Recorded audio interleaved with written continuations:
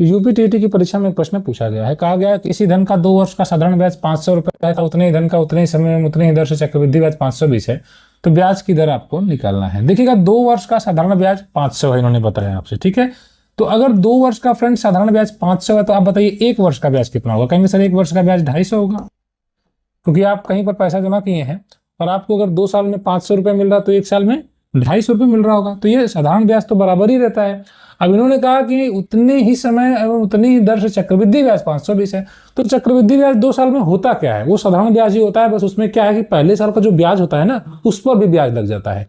तो एक्चुअली जो पहले साल का ब्याज है 250, उस पर भी कुछ ब्याज लगा होगा, तो वह 20 रुपये और बढ़ गया है ना। इन्होंने कहा कि 520 है, तो पहले साल का जो ब्याज है इसी पर यह ब्याज लग गया है, तो 20 रुपये लगा है। यही प्रतिशत में बताना है, तो आपको अगर प्रतिशत में निकालना है तो ये बताइए कि जो 20 है वो कहाँ से है? कहेंगे सर 250 पर है, 250 रुपये जो उसका पहले साल का ब्याज था उसी पर 20 रुपये कमा रहा है, तो इसी को प्रतिशत में बदलने के लिए 100% से गुणा कर दीजिए।